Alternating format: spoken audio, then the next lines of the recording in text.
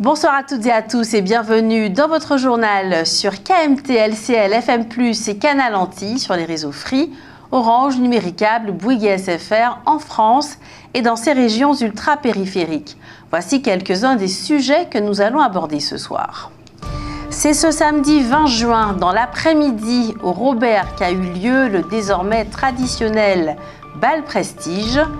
Le cancer du pancréas est l'un des cancers dont les taux de mortalité sont les plus élevés, mais un médicament innovant génère de nouveaux espoirs.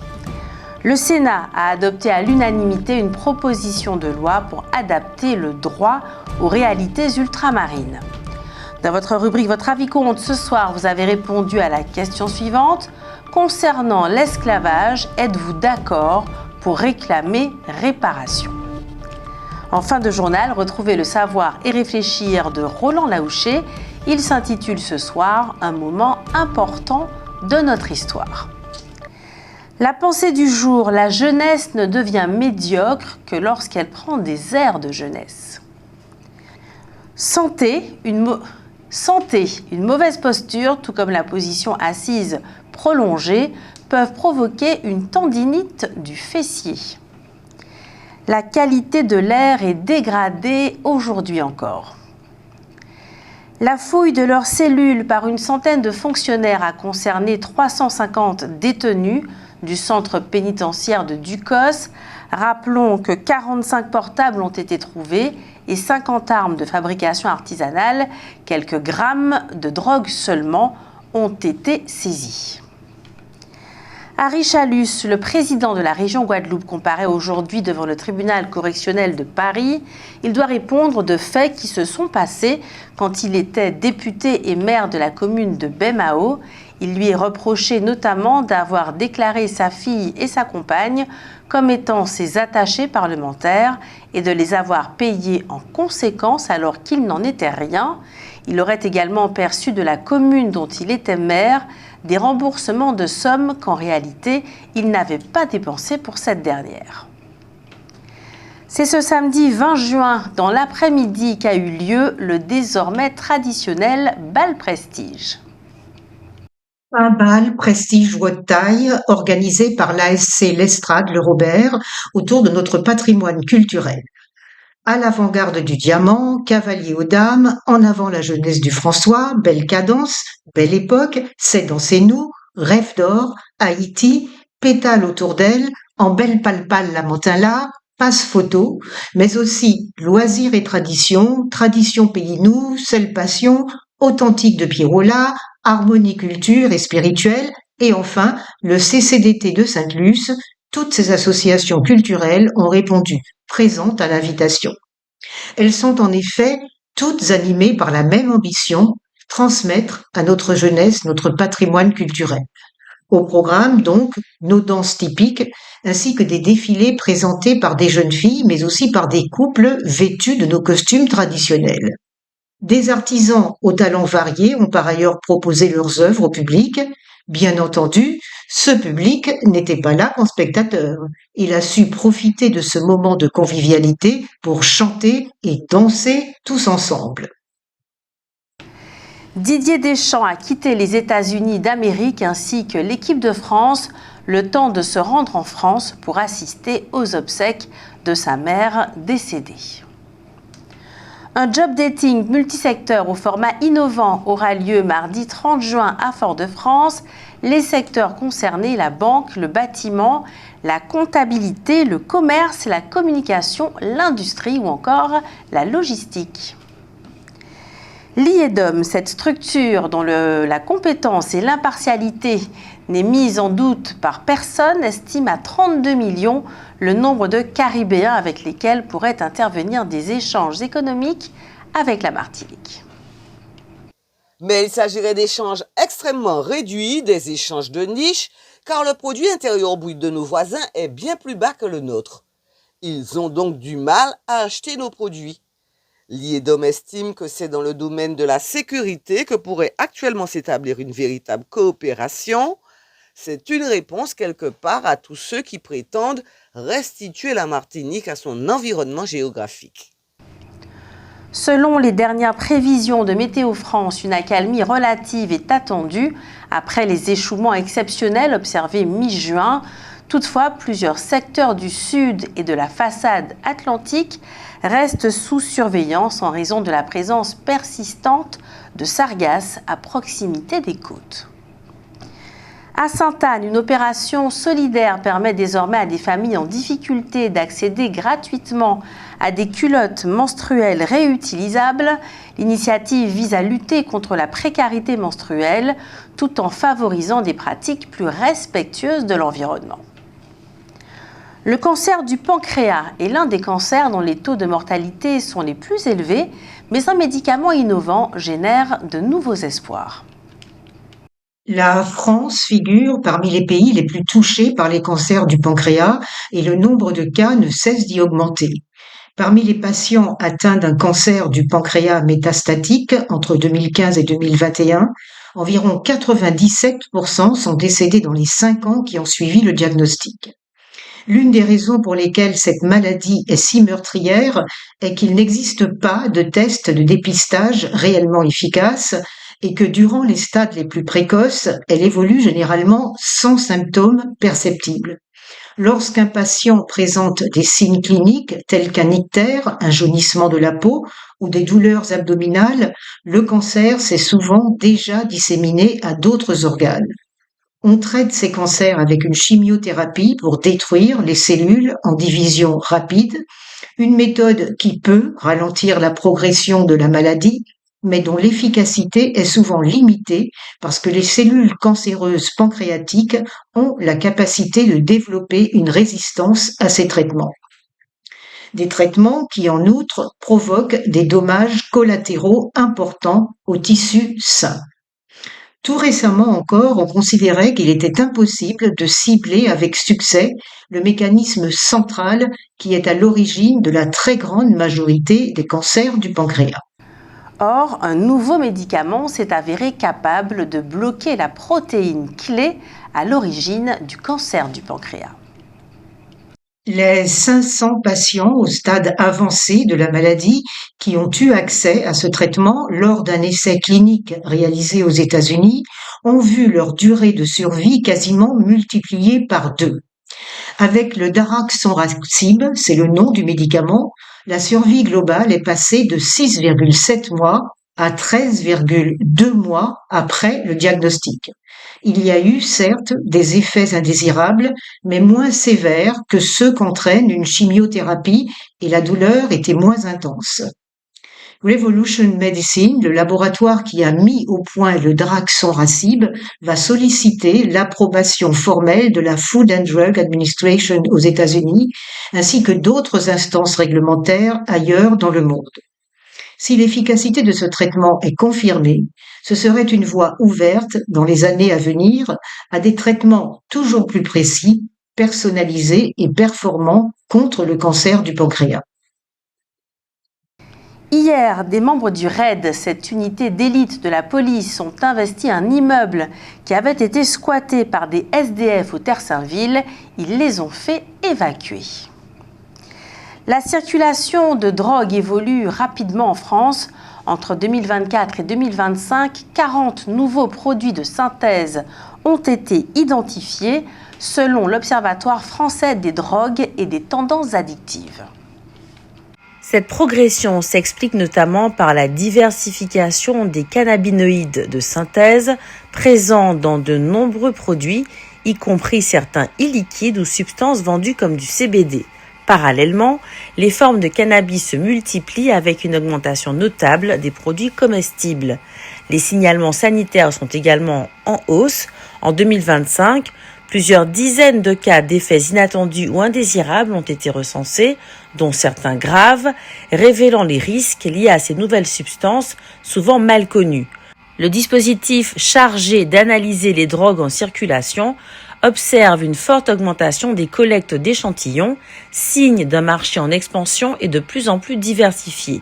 Cette évolution concerne aussi d'autres substances. La cocaïne présente des niveaux de pureté plus élevés, tandis que les drogues de synthèse alimentent un marché très dynamique.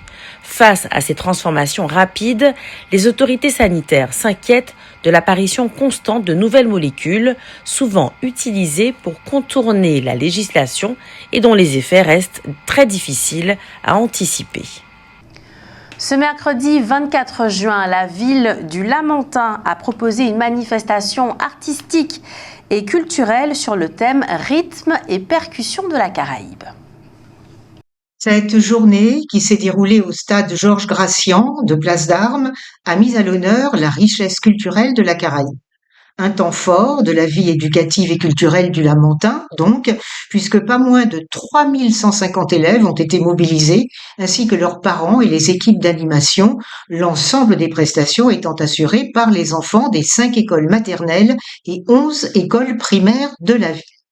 À cette occasion, un concours des écoles primaires sur les rythmes de la Caraïbe a été organisé dans le cadre de la célébration des 30 ans du jumelage entre le Lamentin et Santiago de Cuba.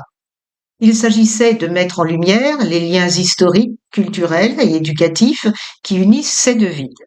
Mais bien d'autres manifestations étaient au programme, défilés des majorettes et des échassiers de l'école primaire Gondobé, prestations de groupes carnavalesques, musique, chants, style pan, danse traditionnelle et moderne, comédie musicale, danse contemporaine, défilés de chapeaux ou encore contes et théâtre. Et oui, nos enfants ont bien des talents.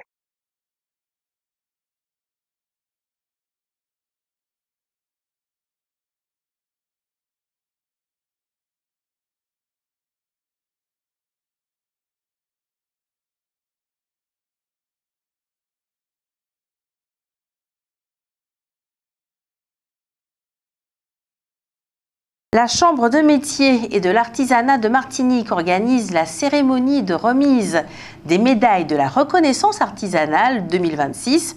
Ce sera demain, le jeudi 27 juin à 17 h. Le GIGN, basé en Martinique, célèbre cette année son 10e anniversaire. Créé pour répondre aux situations les plus sensibles, l'unité compte aujourd'hui 36 spécialistes mobilisés sur l'ensemble du territoire et dans l'environnement caribéen. L'Inde a décidé de débloquer une aide exceptionnelle d'1 milliard de dollars pour soutenir ses compagnies aériennes face à l'explosion du prix du carburant aérien lié à la guerre au Moyen-Orient. Le conflit a provoqué la paralysie du détroit d'Ormuz, un passage stratégique pour les hydrocarbures du Golfe, entraînant une forte augmentation des prix des carburants au niveau mondial. Troisième importateur de pétrole au monde, l'Inde est particulièrement exposée. Le prix du kérosène pour avion y a plus que doublé depuis le mois de mars, passant d'environ 0,6 à 1,5 $. Face à cette flambée, Air India a déjà été contrainte de réduire le nombre de ses vols, tant sur le territoire national que vers l'international, ce qui menace la continuité des liaisons aériennes et la dynamique de croissance du secteur. Le plan annoncé par le gouvernement prend la forme d'avances remboursables sans intérêt accordées aux compagnies. L'objectif est de leur permettre d'absorber une partie de la hausse de la facture de kérosène et de maintenir les lignes intérieures et internationales. Le ministre du Pétrole insiste sur l'enjeu social et économique. Il s'agit de préserver les 7 700 000 emplois liés au secteur aérien indien, ainsi que les lourds investissements publics réalisés dans les infrastructures aéroportuaires. Dans l'aviation, le carburant représente à lui seul près de 40% des coûts des compagnies. Sans soutien public, l'augmentation brutale des prix aurait pu entraîner une vague de réduction de vols, des difficultés financières majeures, voire des faillites. Avec ce dispositif, New Delhi cherche donc à amortir le choc immédiat de la crise énergétique tout en protégeant un secteur stratégique pour la mobilité, le tourisme et l'économie indienne. France Antilles et Lycéa ont officialisé la création du premier bachelor en journalisme de Martinique. Cette nouvelle formation ambitionne de limiter l'exode des jeunes tout en renforçant les compétences locales dans le secteur des médias. Le Sénat a adopté à l'unanimité une proposition de loi pour adapter le droit aux réalités ultramarines. Le texte a pour objectif de donner plus de souplesse pour que l'action publique soit plus efficace localement. Il prévoit, par exemple, pour les Antilles, de déléguer tout ou une partie de la gestion des aides au logement aux collectivités, d'octroyer des subventions aux communes pour lutter contre l'habitat indigne, de mettre en place un volontariat en entreprise, en outre-mer, sur le modèle du VIE, Volontariat international en entreprise, ou encore d'ouvrir un casino dans la partie française de Saint-Martin. Total Énergie affirme qu'il n'y a pas dans le sol guyanais du pétrole en quantité suffisante pour une commercialisation performante. Elle est arrivée à cette conclusion après avoir dépensé 400 millions d'euros de forage. Les Guyanais semblent douter de la bonne foi de Total Énergie puisqu'il y a du pétrole en quantité suffisante dans tous les pays proches d'eux. Sandra Casanova, conseillère territoriale, affirme que pour lutter contre la délinquance et l'insécurité que l'on observe aujourd'hui en Martinique, il faut davantage intégrer nos jeunes dans la Caraïbe.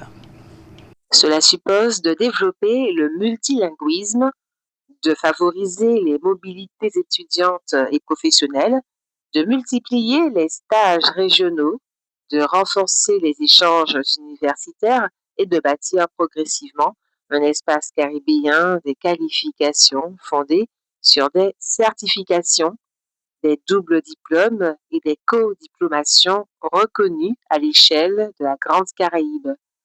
Rappelons que la Caraïbe est la zone la plus criminogène du monde.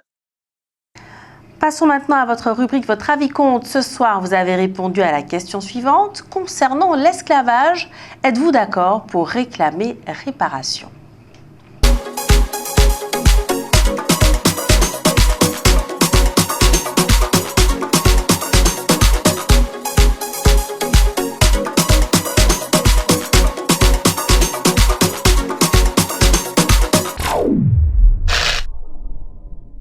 Concernant l'esclavage, êtes-vous d'accord pour réclamer réparation? Je ne serais pas contre puisque ça pourrait nous être profitable, mais c'est surtout de se dire à qui on demanderait réparation. On peut penser aux béquets, mais aujourd'hui ce sont les enfants, donc ils n'ont rien à voir avec tout ça. Ils profitent effectivement de leur héritage, mais à juste titre, business is business. Maintenant, est-ce qu'on peut vraiment leur demander quelque chose de réparation? Mais oui, certainement. Si ça a été possible pour d'autres, ça doit être possible pour nous aussi. Réparation, oui, je suis d'accord. C'est normal. Oui. Bon, réclamation à qui et pour qui? Oui, réparation, mais à qui et pour qui? Parce que bon, c'est vrai que nous sommes encore dans la douleur de l'esclavage, mais il aurait fallu que ce soit bien codé, bien encadré pour que l'argent nous parvienne vraiment. Et il faudrait qu'on sache les montants réclamés, comment ils seront versés et à qui et sous quelle forme. Parce que ça a fait du mal à beaucoup de monde. Et j'estime que ça a été quand même... il me faut les mots. Comment dire? Ça a été une atteinte à l'intégrité des personnes noires. Et que même si aujourd'hui, les personnes qui l'ont vécu à proprement dit ne sont plus de ce monde, ça reste une histoire pour nous. Concernant l'esclavage, êtes-vous d'accord pour réclamer réparation?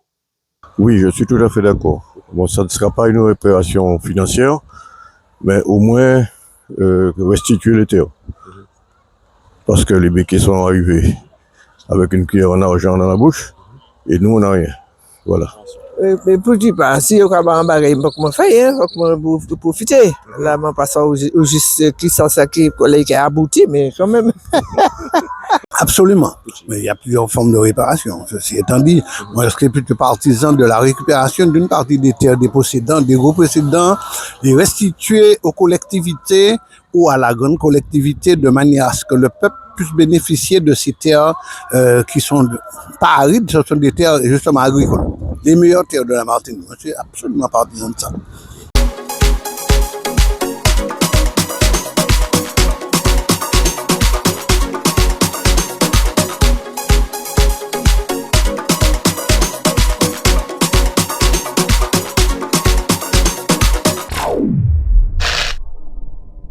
Passons au savoir et réfléchir de Roland Laouché. Il s'intitule ce soir « Un moment important de notre histoire ».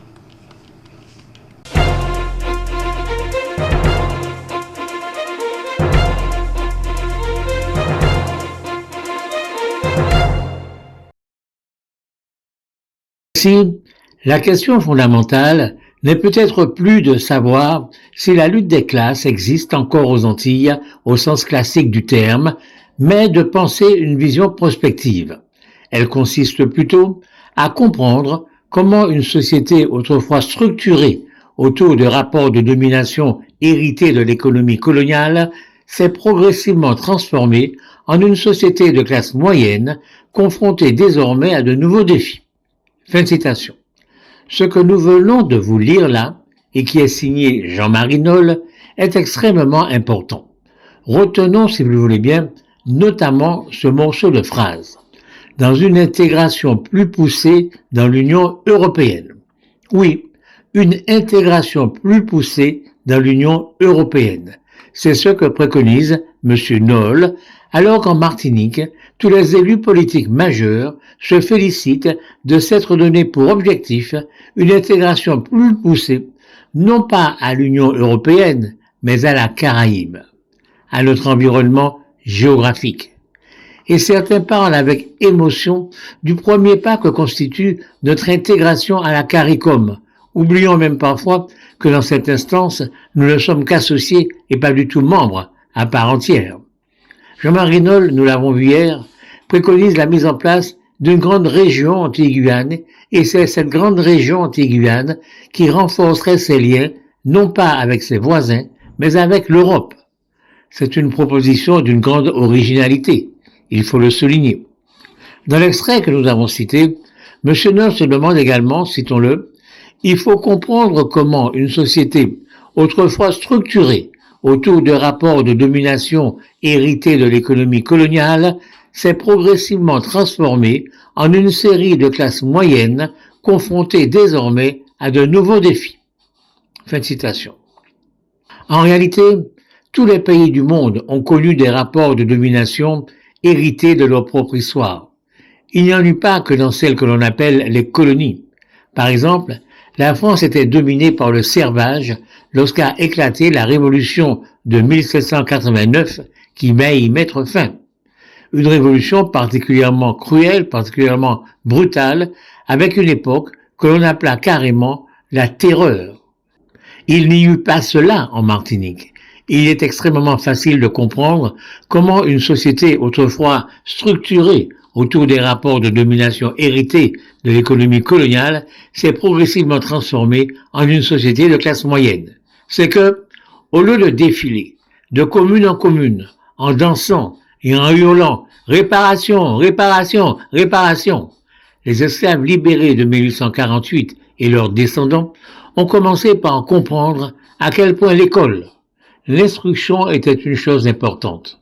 Ils ont fait l'impossible pour y accéder, et ils y sont parvenus. Aimé Césaire n'était pas seulement un politicien, c'était un symbole, un double symbole, celui de la négritude et celui surtout de la réussite dans l'école des Blancs. Et c'est donc à base de diplômés de toutes sortes, issus de classes sociales parfois plus que pauvres, que les Antilles françaises se sont constituées une classe moyenne. Le support économique de cette classe moyenne étant incontestablement la France hexagonale.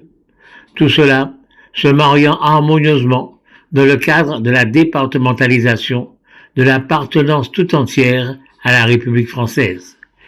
Et c'est tout cela que certains veulent remettre en cause, parfois dans leur désir de s'investir ou d'investir leur environnement géographique. Ils arrivent même à souhaiter que l'université des West Indies remplace la Sorbonne, Polytechnique ou la rue d'Assas. Nous y reviendrons, parce que nous sommes à un moment important de notre histoire, bien plus important que le 22 mai ou l'insurrection du Sud. Dans notre sujet santé ce soir, il est question de siège auto. Les sièges auto des bébés sont 2 fois plus sales que les toilettes. Au cours d'une étude britannique publiée le 22 août par le Daily Mail, des prélèvements ont été effectués dans une vingtaine d'habitations et une vingtaine de voitures. Au total, plus de 100 bactéries potentiellement dangereuses ont été retrouvées sur les sièges auto des petits, contre 50 sur les toilettes. Les chercheurs ont identifié des salmonelles et des bactéries E. coli impliquées dans des maladies infectieuses hautement transmissibles de type diarrhée et gastro-entérite. En pratique, puisqu'on y mange et qu'on y joue avec des objets qui finissent immanquablement à la bouche, mieux vaut les nettoyer régulièrement et passer la housse à la machine. Profitez-en pour offrir une petite toilette complète à votre voiture. Cette étude peut paraître anecdotique, notamment à ceux qui ont bien conscience que nous sommes entourés de germes de toutes sortes, qui ne nous rendent pas malades pour autant. Mais elle a l'avantage de rappeler que nous avons tendance à négliger certaines tâches d'hygiène de base. En effet, si nous nettoyons tous nos toilettes, nos salles de bain, cuisine, vêtements, linge de maison, etc., et très peu d'entre nous pensent à désinfecter de temps en temps leur clavier d'ordinateur, leur souris, leur poignée de porte, les sacs à main, les sacs de course, les cartables. Voici une bonne résolution à inscrire sur votre liste. C'est ainsi que s'achève cette édition. Je vous remercie de l'avoir suivi. Je remercie tous ceux qui y ont participé. Jordan, Adélaïde, Jean-Michel Césaire, Jenny Georges, Alain Jean-Paul, Daniel Jazz, Jean-Baptiste Adolphe Cassandra, Getty Galva, Sarah Verne, Hugues Blandy, Marie-Josée Joseph et Roland Laouché. Ce journal est diffusé à 18h30, 20h, 22h et demain à 6h25. Il est également disponible en multidiffusion sur Canal Antilles, sur les réseaux Free, Orange, Numéricable et Bouygues en France. Vous pouvez bien entendu revoir cette édition sur kmttelevision.fr. Je vous souhaite une excellente soirée en notre compagnie et que Dieu garde la Martinique.